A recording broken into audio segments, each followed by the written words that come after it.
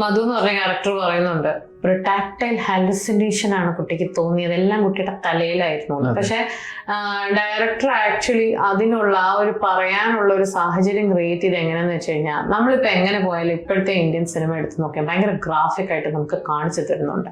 നമ്മുടെ ഉള്ളിലൊക്കെ ഇങ്ങനെ ഇംപ്രിന്റ് ആവുന്നുണ്ട് എങ്ങനെയാണ് ഒരു റേപ്പ് സീൻ നടക്കുക എന്നുള്ള ഒരു കാര്യമൊക്കെ നമുക്ക് ശരിക്കും പറഞ്ഞാൽ കാണുന്നുണ്ട്. പക്ഷേ ഈ ഒരു സീനിൽ സത്യം പറഞ്ഞാൽ ഒന്നും കാണിക്കുന്നില്ല. രാത്രിയിൽ നിന്ന് രാവിലെ ആവുന്നു. പിന്നെ നമ്മൾ പക്ഷേ ജെറിൻ ആ പോർട്രേ ചെയ്ത ക്യാരക്ടർ, അതായത് അഞ്ജലി എന്ന ക്യാരക്ടറിലൂടെ ജെറിൻ നമ്മുടെ ഉള്ളിൽ ശരിക്കും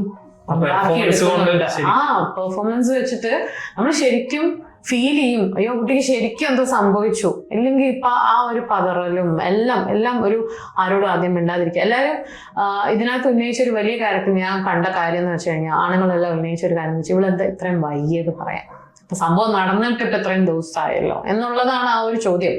പക്ഷെ ഞാൻ ചോദിക്കുന്നത് വെച്ച് കഴിഞ്ഞാൽ അതൊരു ആണുങ്ങളുടെ മെന്റാലിറ്റി ആയിട്ടായിരുന്നു. സാധനം നടന്നാൽ ഉടനെ കംപ്ലൈന്റ് ചെയ്യുക, ഉടനെ റിയാക്ട് ചെയ്യുക. സത്യം പറഞ്ഞ ആണുങ്ങളുടെ വ്യൂ പോയിന്റ് ആണത്.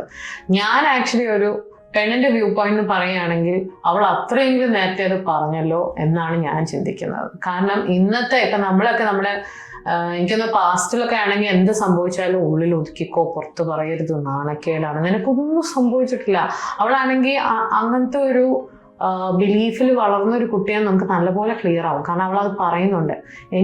അവളുടെ ബോയ് ഫ്രണ്ടായ വലിയ ഫോട്ടോയോട് പറയുന്നുണ്ട്, എനിക്ക് നടന്നിട്ടേ ഇല്ല എന്ന് വിശ്വസിക്കാനാണ് ഞാൻ താല്പര്യപ്പെടുന്നത്, എനിക്കിത് ആരോടും പറയണ്ട. ആക്ച്വലി സ്പീക്കിംഗ് ആ ഒരു ക്യാരക്ടറിന് കംപ്ലൈന്റ് ഇല്ലായിരുന്നു.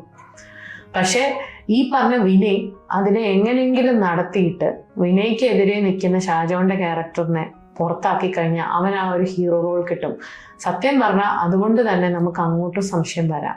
കാരണം വിനയും ആക്ച്വലി ഇപ്പൊ അവള് പറയുന്ന കുറച്ച് കാര്യങ്ങളൊന്ന് താക്കോല് അത് ആരുടെ കയ്യിലാണെന്ന് നമുക്ക് ആർക്കും അറിയില്ല. പിന്നെ പറയുന്ന കാര്യം പെർഫ്യൂം